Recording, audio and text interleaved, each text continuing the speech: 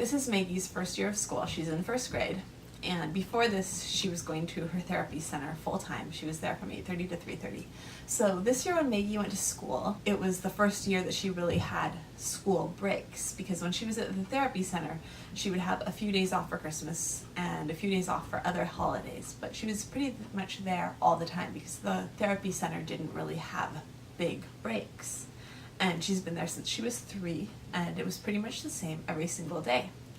So no major schedule changes that affected her routine, and she really liked it that way. And so we didn't really realize how routinized she had become. This year her teachers began to comment to me about how routinized she had become, and that it had become a bit of a problem. Because when there were changes to her routine at school, which happens during a typical school day, not every day at school is the same, she would become pretty distressed. None of those changes were as big as what happened when it was time for Christmas break. Christmas break came along, and there was kind of a build up to it at school. We talked about it at home, and they talked about it at therapy, and none of it really prepared her for it. But none of us really expected it to be as bad as it was. She was fine for the weekend. On Saturday, she knows she has horses, and she says, horse class. Yep, horse class. She knows that's in the afternoon. She's fine having mornings off. On Sundays, she knows that we go to church, and she asks, so in the morning, she'll say, Jesus donuts? Mass Jesus donuts? Yep, we're going to Mass, and we go to Mass, and she's fine with that. That's part of her routine. As long as we stay on routine, she is pretty happy. When Christmas came, we went off routine because she didn't have school, and she came down that first Monday morning. We talked about it already, but she still came down, had breakfast, and put her backpack on, and she went to the door and had a full-on meltdown when that bus didn't come. And it was really hard. And that happened every single morning for about the first week. And her therapist and I talked about it, and her therapist made a book. It looked very much like this book that I'm holding in my hand, and it had a sticker chart in it, and it explained what Christmas break was. And we brought it home, and we were going to read it every single day, and she could put a sticker in the book counting down the days until she went back to school. That did not happen. We read the book one time, and she was furious when we read the book. She was so mad at me. She was probably mad at her therapist too, who made the book, I don't know. But after that, she was pretty mad for about an hour, and then she accepted it. And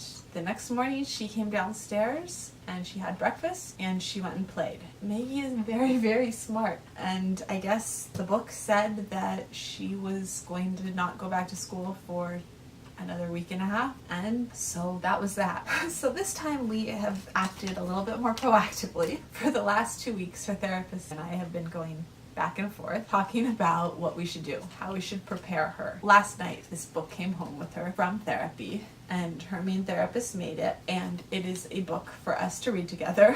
And I think the timing's perfect, because if we read it beforehand, she was just going to get mad. And so we're going to read it. I think we're going to read it tomorrow, because there's no point in getting her mad before she has to be.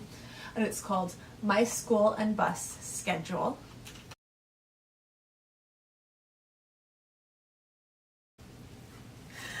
And it is basically a social story. So you guys, this is meant to be a story for Maggie, to help Maggie understand what's happening. It's not like a typical storybook for a neurotypical kid that a kid like James would read to be interested in.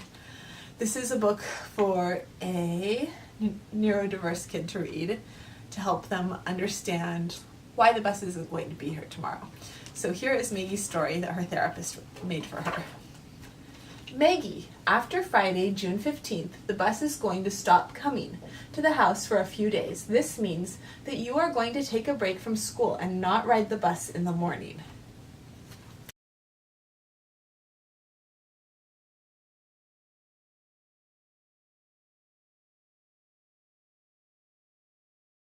There will be 9 days you do not ride the bus to school and will stay home with Mommy, Sadie, Patrick, James, and Tessie.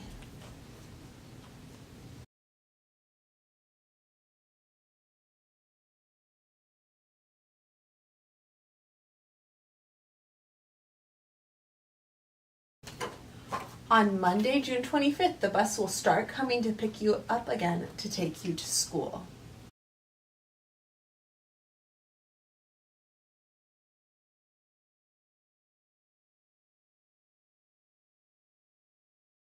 Remember, after Friday, June 25th, the bus is going to stop coming. Then on Monday, June 25th, it will start coming again.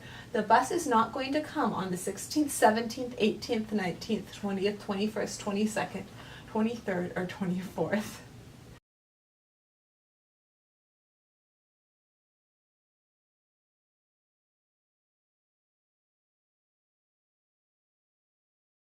On Monday, June 25th, this will be the new schedule. Monday, ride the bus to school and from school. Tuesday, ride the bus to school and get picked up by mom. Wednesday, ride the bus to school and from school. Thursday, ride the bus to school and from school. Every day you get to go to therapy.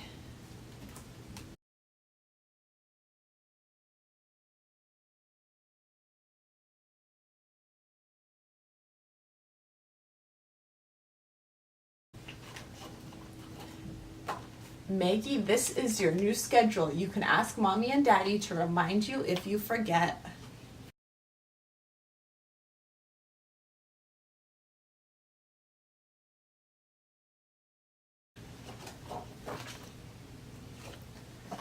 So that is the book. I imagine it's going to be received not enthusiastically initially, and then it will be accepted. And that is basing that on how things have worked in the past, which is something I should by now have learned never, ever, ever, ever to do. It's kind of like I'm new here.